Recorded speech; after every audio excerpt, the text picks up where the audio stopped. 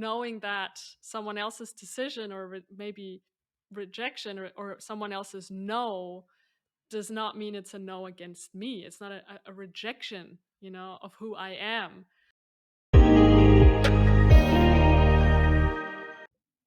Hey guys, welcome to our SoulFam Podcast, where I interview space holders from all over the world. I'm your host, my name is Karolina, and I am the Connection Catalyst. I help spiritual entrepreneurs experience deeper connection with themselves, with others, and with the whole universe. Today on the show, we have Conni Biesalski, the Breathwork Facilitator and the Somatic Coach. Welcome to the show, Conni. How are you doing? Thank you so much. Great to be here. Thanks for inviting me.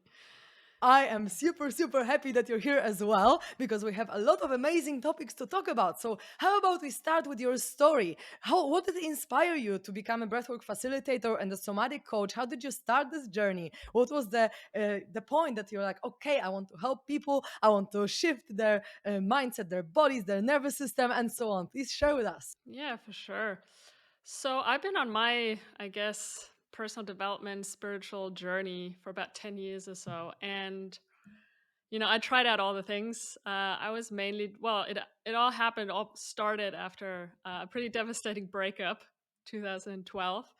And, uh, and so I was driven to just find inner peace and healing because I was suffering pretty hard. And just dealing with a lot of abandonment issues and rejection fears and just going from one toxic relationship to another and dealing with depression and anxiety and very highly anxiously attached in relationships. And so yeah, I just went out and tried out all the things. I was traveling a lot and living in different places and just coming across a lot of different modalities and teachers and dove into Buddhism. I tried out all sorts of meditation techniques and all the Dr. Joe Dispenza meditations. Went to all of his retreats. I went to Tony Robbins retreats. Like, I did all the plant medicine and the ayahuasca, and I don't know. I feel like I've read all the books, and yet, the cycle kept going. And I did a lot of therapy as well and coaching and yeah, but for some reason the cycles kept going. It would get better for a while, and then I'd come back to the same issues. And then in 2017, or yeah, it was 2017, I came across breathwork. I was in California at the time, in LA, and I then Googled breathwork Los Angeles and found this guy that ran these workshops, and just yeah, signed up, showed up, and I ended up in a transformational style breathwork session, which went for about an hour or so of breathing to very intense music. And I left and I was just mind blown. I was like, holy shit, what just happened here? And so it just really fascinated me and showed me that there are different ways to access my subconscious and to process painful wounding and past experiences. And so it did take another while for me to properly dive into the breathwork world, and it took another breakup actually, about a year later. And at the time I was living in Bali, and I had access to some amazing breathwork teachers, and I just knew at the time after that breakup, like I needed to get down to business with my body, and I couldn't just stay on the level of my mind and do all the mindset work and all the meditation and all the therapy. I knew I needed to work somatically on healing this, and yeah, just explored transformational breath work and conscious connected breathing and all its different dimensions. And it helped me so much at the time to process the breakup and a lot more. And then eventually I was invited by my breathwork teacher to join a training.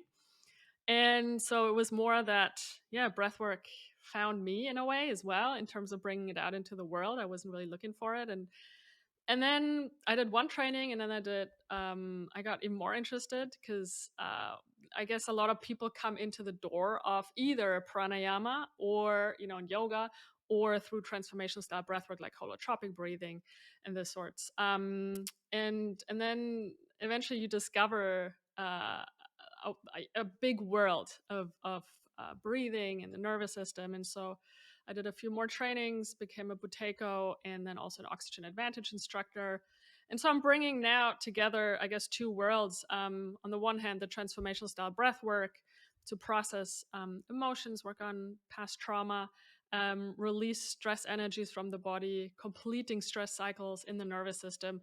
And on the other hand, using daily breathwork practices to regulate the nervous system, to improve breathing patterns.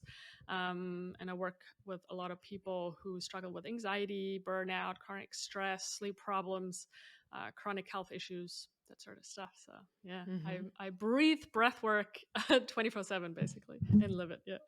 Oh, that's Mm. amazing. And it really seems like it's your passion, it's your alignment, it's your mission here to bring it, because even when you speak about it, I really feel like, oh, this is it. This is the thing that really puts your soul on fire, which is really, really great. And so thank you so much for sharing your story. I'm really, really curious to Mm. talk to you about the abandonment and the trauma of abandonment, because also for me, the biggest trauma is abandonment. My dad left when I was 2 years old, and he was with a different family. I mean, he had another woman, and then my brother was born when I was 7, and kind of my dad tried to come back to me and my mom, but then my brother was supposed to be born, so then he didn't, and there was just a lot of abandonment. And my mom was also like very emotional and very much in love with my dad, even like 4 years after they split. And so for me, it's just a big Mm. abandonment, big daddy issue, and a lot of things. And I'm Mm. really curious to know what you have done in order to really get over this abandonment, because for me,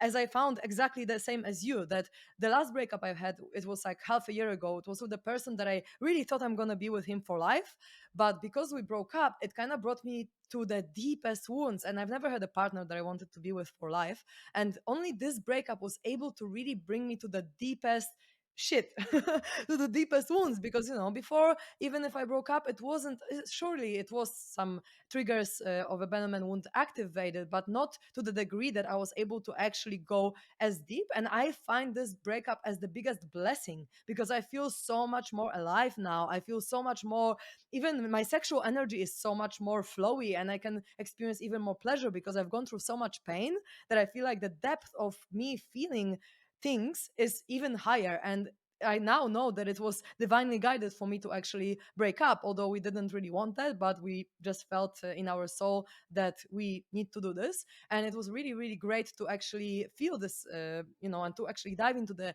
healing. And for me, it was all about diving to the childhood trauma that was linked to the feelings that I experience right now. So I'm really curious to know, how did you go about like releasing the abandonment trauma? What did you do, in terms of like nervous system regulation, or maybe inner child work, or what has helped you on your journey to, let's say, get over it? And I know that it's a lifelong journey to heal it all, but so far you probably healed a lot of it already. So what has helped you so Mhm. far on your journey? Mm.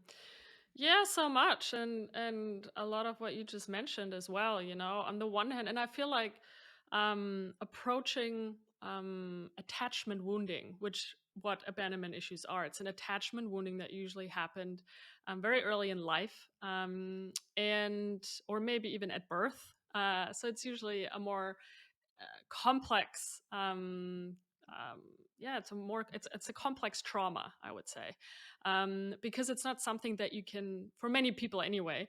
Maybe for you, you were like, oh, because my dad left and whatever, but a lot of people don't necessarily have this one thing they can pinpoint and say, this is why I have anxious attachment or avoidant attachment or whatever. And so in many ways it's complex, and so the healing journey is also quite complex. And it was something that took me many years actually, and I don't think it needs to take that long for everybody, especially these days with all this information that's out there. But my journey, and some of the things that really were crucial on my healing journey with attachment wounding, was on the one hand doing somatic psychotherapy.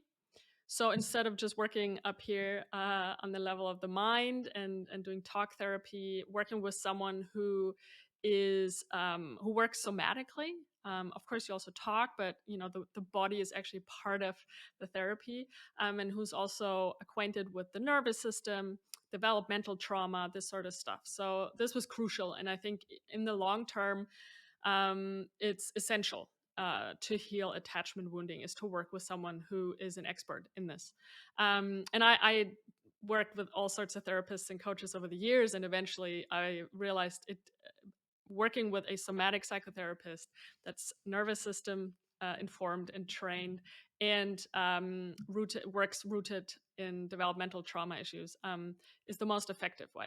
And then in combination with, in my case, it was working with a shaman in a one-on-one scenario in Ecuador. And it wasn't actually ayahuasca that we did at the time. It was San Pedro, which is a lot gentler.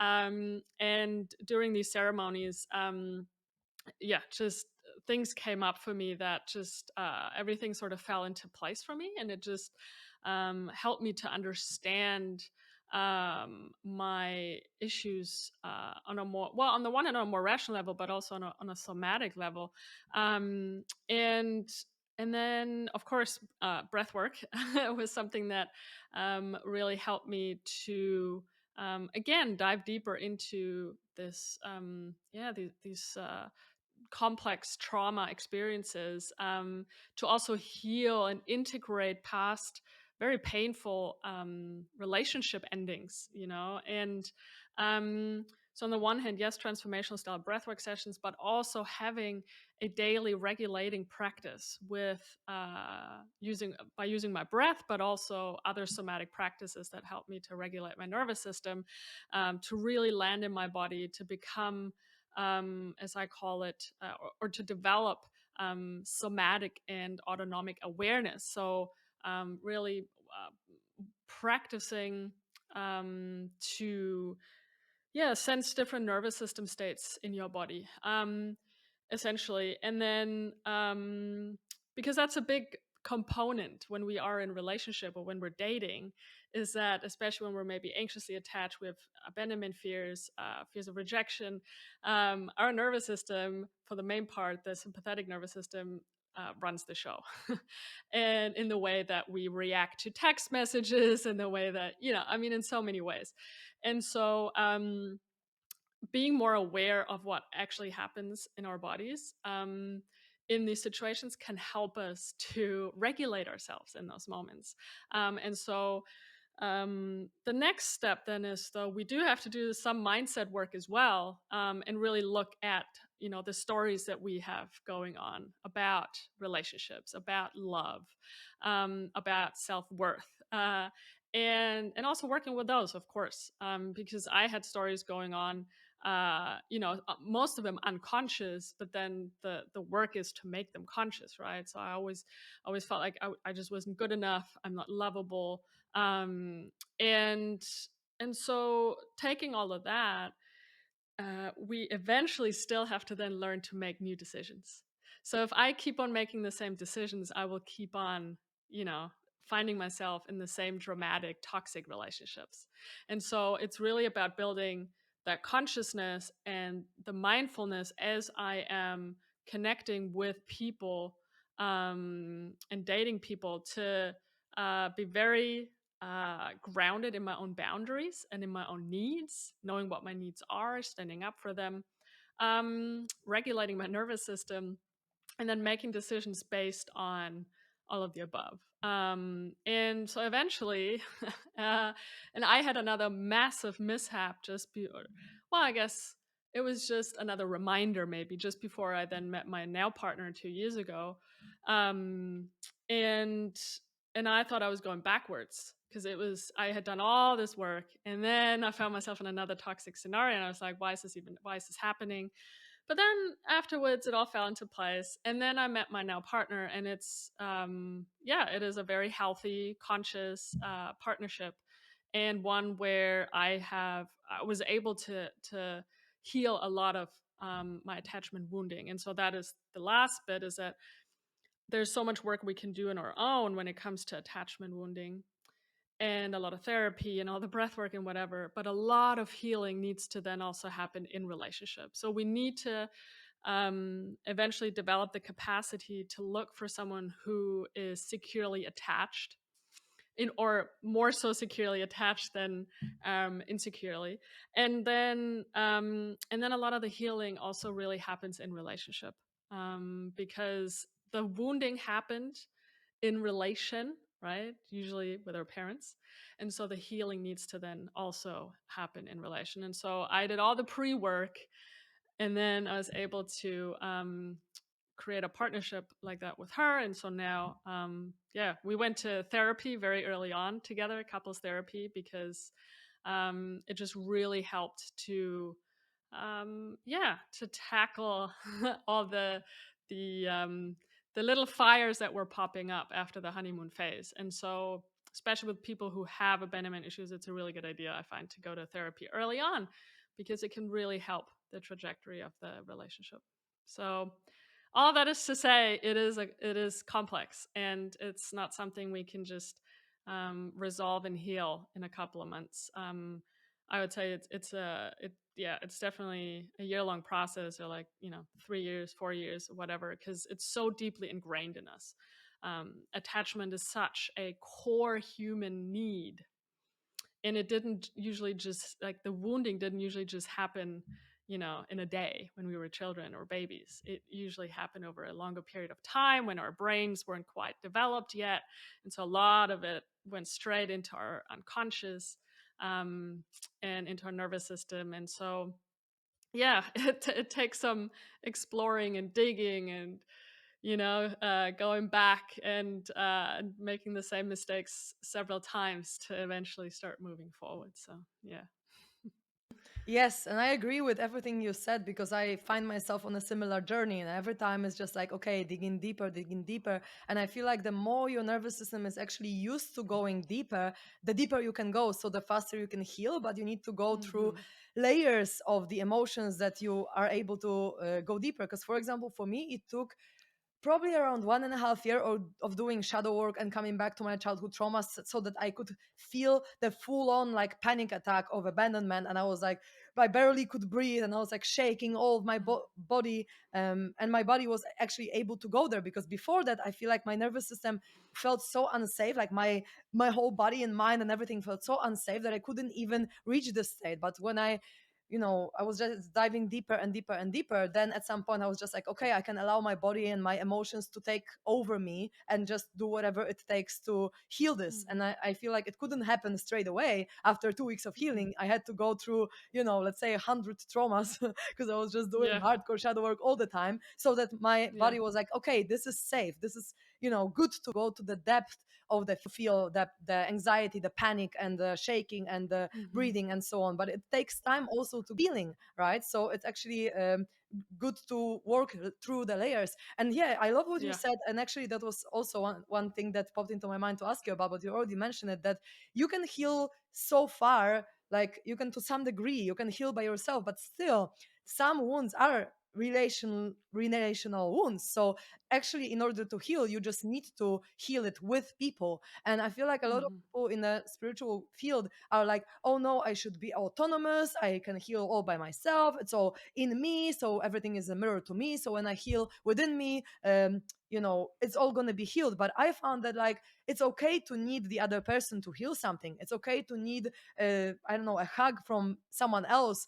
but yourself, right? Not only from yourself, but Hmm. also it's okay to have your needs met from other people. Because what I found, for example, in my last relationship, the closer I felt to my ex-partner, the more safe I felt to let him do whatever and give him freedom and not be actually anxious. So the safer I Hmm. felt in a relationship, the less anxious I am. So the more detached I can be. So it's kind of like the Yeah. opposite, right? So the more secure you feel, the more freedom you give. And usually it's pretty funny because usually we attract the opposite attachment style, right? So usually we're dating the Hmm. anxious, will date the avoidant. And then so that the universe just brings us together so we can both heal and so on, so that we both can Yeah. end up secure at some point. But it's actually Yeah. for me, it was such a difficult journey because honestly, like, my ex-partner or even the guy that I was dating recently, it's like they had more anxious attachment style. I felt that it's so unfair because like if they need, right, which means they felt safer on their own than with people. I feel safer with people. And so it's the opposite. But I Mm. feel space, it's like they cannot give me what I need. It's like their needs are first, because before they can fill their own cup and actually, fill themselves up with their own energy, they cannot give me what Mhm. I need, which is connection. And it always felt so, my inner child felt like it's unfair. Like, why do I always need to be the one waiting to meet my need, and they are the one always meeting their need first? Because otherwise, Yeah. of course, it's not going to work. They cannot connect to me if they don't fill their own cup. But Yeah. honestly, like overall, if you take them as a part of me, if I take this person as a part of me, overall, if they are me, I mean, this part of me needs space first, right? It's actually like better for me to also meet my need of connection when they can actually give it to me, and when they can be fully present with me, when they can give me Mm. the love and the connection that I need. And it's impossible if they already feel like, okay, it's unsafe to connect, I need to disconnect. But it's just a funny thing to feel, it's like, oh, it's so unfair that, I need to give space first and then my needs can be met. But Yeah. sometimes it's okay to just let someone else meet their needs so that then my need can be met fully, Well, it's a because very otherwise, classic dynamic, the one that yeah. you're describing. Very classic dynamic, one that I found myself in many times as well. And both parties in the end have to do their work to make the relationship work. And a lot of times, though, it's on our part because we're usually in more pain because the other person sets more of the boundary, right? And so we then end up being the one more in pain, doing more of the inner work and then more of the healing work. And so, but it's a very classic dynamic. And in the end, what I found is, in in so many of these dynamics it just doesn't work because there's not enough secure attachment happening within the relationship. And when you're anxiously attached, or even when you're an avoidant attached person, you need someone who has some grounding in secure attachment, and we need to learn how to find these people essentially. Then you can start somewhat of a good, healthy, grounded foundation with that person while you're maybe still anxiously attached in the relationship. And then it's up to both parties to understand what's going on, to possibly go to therapy or coaching. But both parties need to be working together to resolve this, and it takes that level of consciousness on both parts, because otherwise it's almost impossible to do it on your own. So, but yeah, it is. It can be quite painful, and it is fascinating how the universe and how this plays out in these dynamics. That anxious, attached people usually attract the avoidance, and vice versa, and are here on this planet to work it out somehow and cause each other a lot of pain in the process.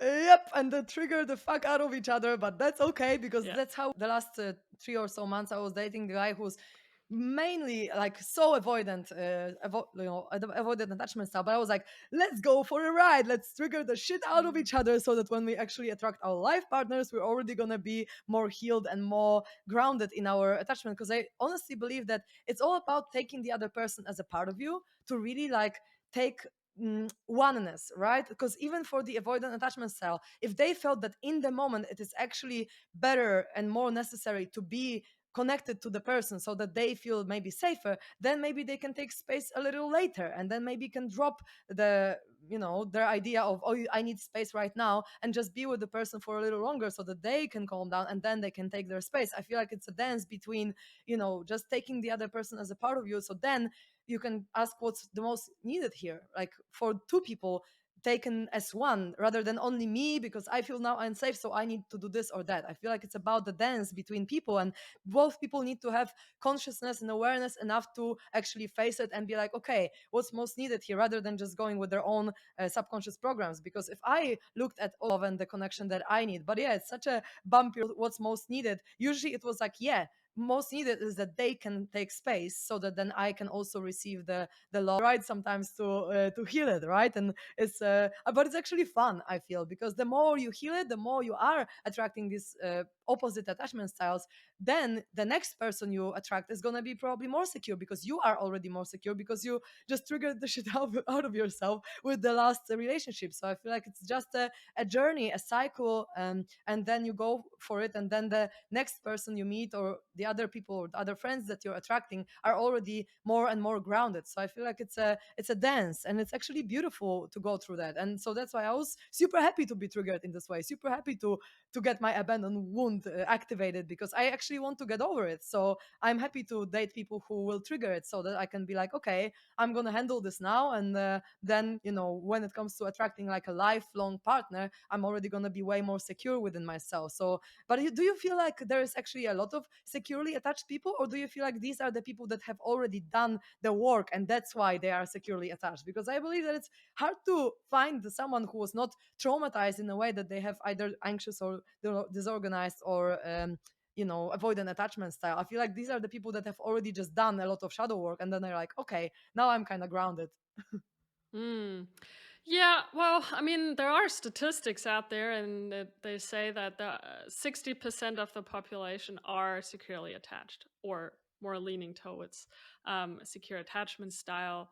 And then about whatever 20%, or at least 50%, I think it's maybe between 50 and 60. And then 20% or a bit more are have anxious attachment, and then about the same amount have avoidant attachment, and then there's a few percentage, I think it's called ambivalent attachment, or wait, Disorganized. yes, it's disorganized, yes, that's correct.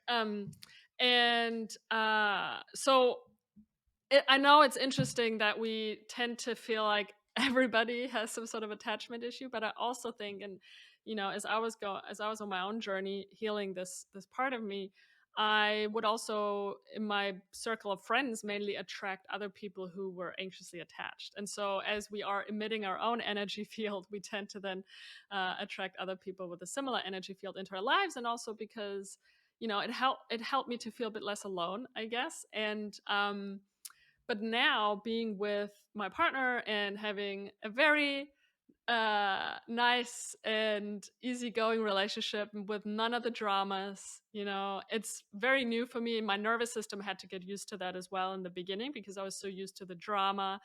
And so, but now that there's no dramas, the people that I tend to attract into my energy field are also more people that are don't have a very dramatic life anymore and are more securely attached, for example, in their relationships. So I don't know, I feel like it has to do with that a little bit. But there's one little anecdote that I wanted to share about this healing journey. And so imagine, you're going down a street and you fall into a hole, and you're in that hole. It's painful, it's terrible, you can't get out. And it takes you a very, very long time to get out, and then you come out all bruised and beaten up. And then the next time you walk down the street, you see a hole and you still fall in, but you're not staying stuck in the hole as long as you did before. And so then you come out of the hole, and then you walk down another street, or the same street, you see the hole. It's actually always the same street, and you see the hole, you fall in, but you know what's happening as you're falling in. You know what's happening in the hole, and you get out immediately. And then you walk down the same street, you see the hole, you walk around the hole, and you keep walking. And the last one is you walk down another street. And that is the healing bit of this little anecdote that was written by, I forget who wrote it in a book. But essentially, that's the healing journey. And I felt like it took me a lot of these holes to eventually walk down a different street to then be able to meet my now partner. 100 times before they actually, you know. Oh, I love this anecdote. Mm. It's so spot on, but I feel like some people need to fall in the Oh hole. yeah. Thank you so much for sharing. It's really great. Bypass the hole, and but yeah, I totally feel you, and I feel like I'm so aligned with this anecdote. Thank you because I just Mm. finished Hmm. ISTA training, and on this note of abandonment and rejection, I actually wanted to share something that has really landed for me. It's International School of Temple Arts, level one, and there Mm. was Hmm. this one beautiful practice that we did where we had to say yes to ourselves for like 2 or 3 hours between one practice and the other. And whatever it meant to you just say yes to yourself.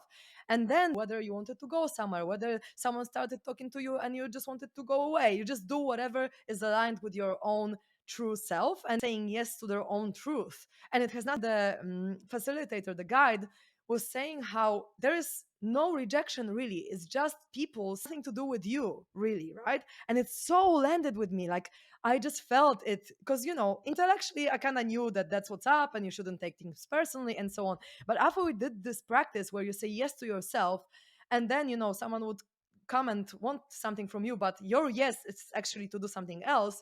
It just landed in me so much that I feel like it was the biggest takeaway of my entire training because I started to really see all these people that rejected me, quote unquote, in the past, like my dad or my ex partners or whatever. And I really felt like, oh my God, these people just said yes to their own truth in the moment. And it doesn't matter that was maybe the lower consciousness level that they were operating from, but still it was their truth in the moment to say yes to themselves rather than interpreting it as saying no to me. And it was like a whole new, I don't know, idea, and it brought me so much relief when it comes to this rejection, because to me right now there's no such thing really as rejection if you look at it that way. There's just people saying yes and honoring their own truth and their own desires, so it has nothing to do with you at all, ever.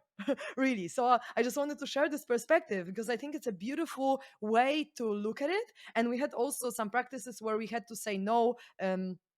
Someone, I don't know, ask if we can, I don't know, can I hold your hand, and you had to say no, and people had to say thank you for honoring your truth, or thank you for saying yes to yourself. And we just practice it with each other to just really take this rejection as something amazing, because honestly you would never want someone to give you something or to do something with you or to say something to you if they didn't feel aligned with it inside, right? So if they are rejecting you, saying no to you, it's actually for your highest good that they don't give you what you want. Because if they were to give you that and cross their own boundaries and actually give you something with resentment or with anger or with, afterwards, even if they cross their own boundary and they didn't realize it, and then the next day they would be like, oh, why did I do that? They would regret or whatever. You don't want this energy anyway. So it's actually practice the more aligned with the no we were. And now I better that someone tells you no and honors their truth, and you just take this no. Because the more we did this, I really realized after this training that when someone tells me no, I'm like, okay.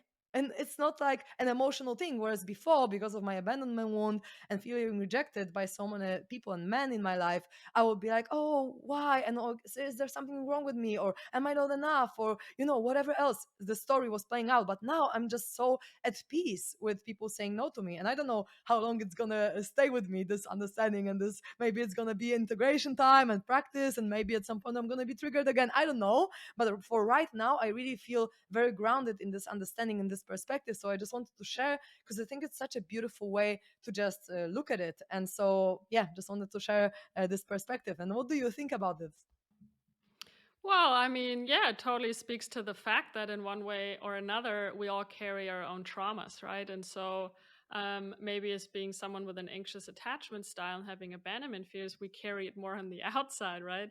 But then someone who has an avoidant attachment style has just as much attachment wounding, that they experienced growing up or as babies within the first couple of years. It's just it's maybe not as outwardly visible. um, and so and in that respect, the decisions that they make, maybe in rejecting someone or having all these avoidant behavior dynamics, they really mean nothing about the other person, in that case maybe us, but speak so much to their own fear of closeness, fear of commitment, fear of love, fear, and in just in different ways. And so I think it's really helpful to develop this perspective and to really grounded somatically in our nervous system, knowing that someone else's decision or maybe rejection or someone else's no does not mean it's a no against me. It's not a rejection, of who I am, and that I am, not less worthy, just because I'm a no for that person. And so, but that I find can take a long time to really embody, and because, yeah, this abandonment wound, it sits so deep, and it's like I said before, it's really something that we can try really hard to tattoo into our brains, and we can do all the affirmations, and all the journaling and all the mindset work. And I think that is really, really, really important. But at the same time, we have to get down into our subconscious and down into our bodies. And I found something like somatic experiencing, Hakomi, or NARM, three very, very effective somatic psychotherapy approaches that really, really help with that. That bring these two worlds together and connect the mind and the body. And then, as I said in the beginning, also with breath work, as the breath is the bridge between the mind and the body that helps us access our subconscious. And so yeah, like I think, as I said, I think it really helps to to learn a lot about these aspects and concepts. And for me, it was a big deal when I found the book Attached back in the days. And that first opened me up to the idea of different attachment styles, because it helped me to beat myself up less, to be a little bit more self-compassionate. And I think that's an important step as well on the journey, is to really, like what you were just sharing, about really understanding that someone's no is doesn't diminish who I am and my self-worth. Um, and that I'm not less lovable because of that, right? I'm just, yeah. And someone's no is can also be a big yes to me, and a big yes to a partner that's actually a lot more suitable. Mhm. And so understanding this and understanding attachment theory, I think, is super, super important. But then, yeah, I found that, Mhm. I read the book 3 times in a row, and I still kept on finding myself in toxic relationships. And so we gotta go deeper. Yeah. Yeah, we gotta go into our feelings and just really feel them to the bottom. And I'm curious to know if you can elaborate on these methods that you just mentioned, because I've never heard these names that you mentioned just now. Two of them I have never heard of. Mhm. Yeah, so somatic experiencing was developed by Peter Levine quite some time ago, and it's really a modality used by therapists to deal with mostly shock trauma, also some developmental trauma, but it's really about somatically going into a story and an issue that we have going on, and really working with the nervous system in a session. And so it's a lot about tuning into your body and building a somatic awareness, being able to label sensations and feelings, and being able to access painful parts and painful memories, and do that in a way that is very gentle. So it's a lot about titration and pendulation, meaning a little bit at a time, right? It's a very gentle and safe way to heal, and it's very effective in healing and integrating trauma. NARM, NARM, is specialized in developmental trauma, and in that respect, also when it comes to attachment wounding, um, is also very somatically based, and is also in a way rooted in many of the techniques of somatic experiencing. I've worked with both NARM and somatic experiencing therapists, and I found them both to be highly effective and just really powerful.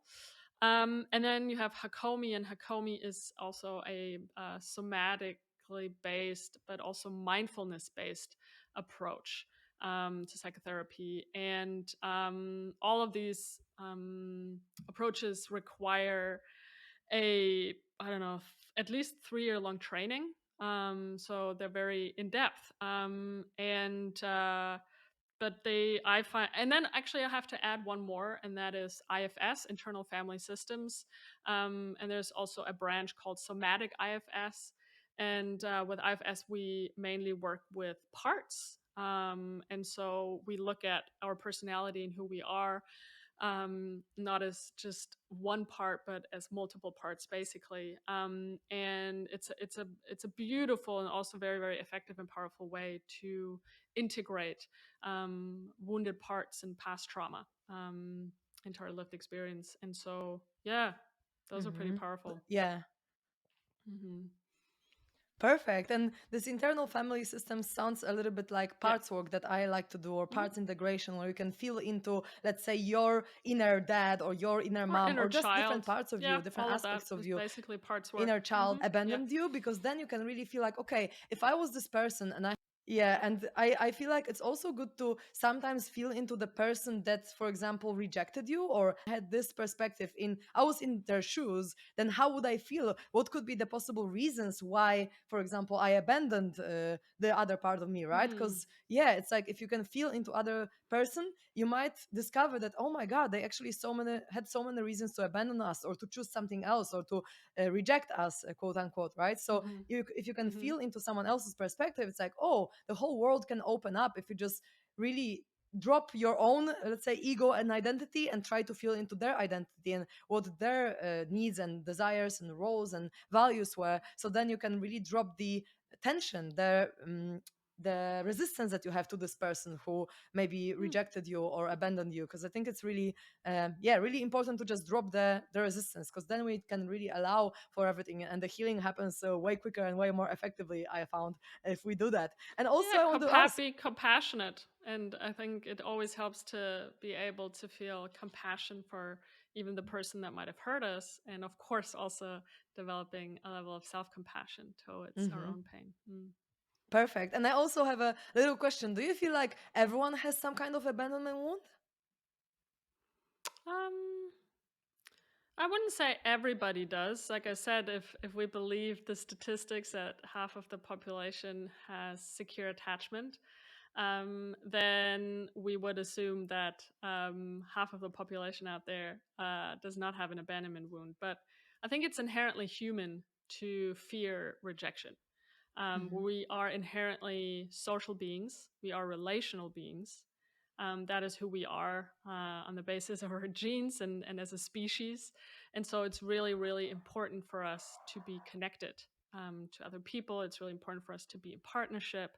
And when we look at evolutionary psychology and evolutionary biology, then it all makes sense why we are the way we are. And so I think, in a way, we all struggle with an experience where we feel abandoned. It's just that some people, when they've experienced an abandonment in their childhood as a developmental trauma, then obviously that part of them is more yes, is more sensitive, maybe. And then we mhm, tend to recreate certain situations in life to that sort of mirror that experience, to be able to then integrate it and heal it. And so, there's two sides to the same coin, but I would say that yes, it's quite human to not want to be abandoned or rejected. But some of us are more sensitive to it and feel a deeper pain associated with that. mhm, mhm. Yeah, I Mhm. resonate with that. And so, last quick question: where could people find you if they really vibe with you? They would like to do some sessions with you or content they would like to see. Mhm. So, what is the best way? Yeah, for sure. So I am breathwork.alchemy on Instagram, and my website is breathworkalchemy.co. I have a course that introduces people to the foundations of breathwork and the nervous system. and how to process emotions and all of that. And I also run a teacher training, currently in German, but we are planning to run an English international version from next year onwards. It's a 7-month training. Goes really, really deep into all the layers of working with the breath. And I think that's about it right now. Perfect. Thank you so much for the abandonment wound and rejection and so on, because I feel like for sharing all that. I just love talking about these things because I'm just kind of like, working through the same stuff. So it was a pleasure to talk about. Yeah, Yeah, for it's a sure. journey and I Yeah. really, really loved it. So thank you so much for sharing your Yeah. energy and your wisdom with us. For sure. Thank you. Thank you so much for listening to us. I hope that this conversation brought you even more understanding about how to heal abandonment wound and anxious attachment style. And if you'd like to find me, I am the Connection Catalyst on Instagram, and the SoulFam podcast is at We Are SoulFam on Instagram too. So thanks again for to the next episode.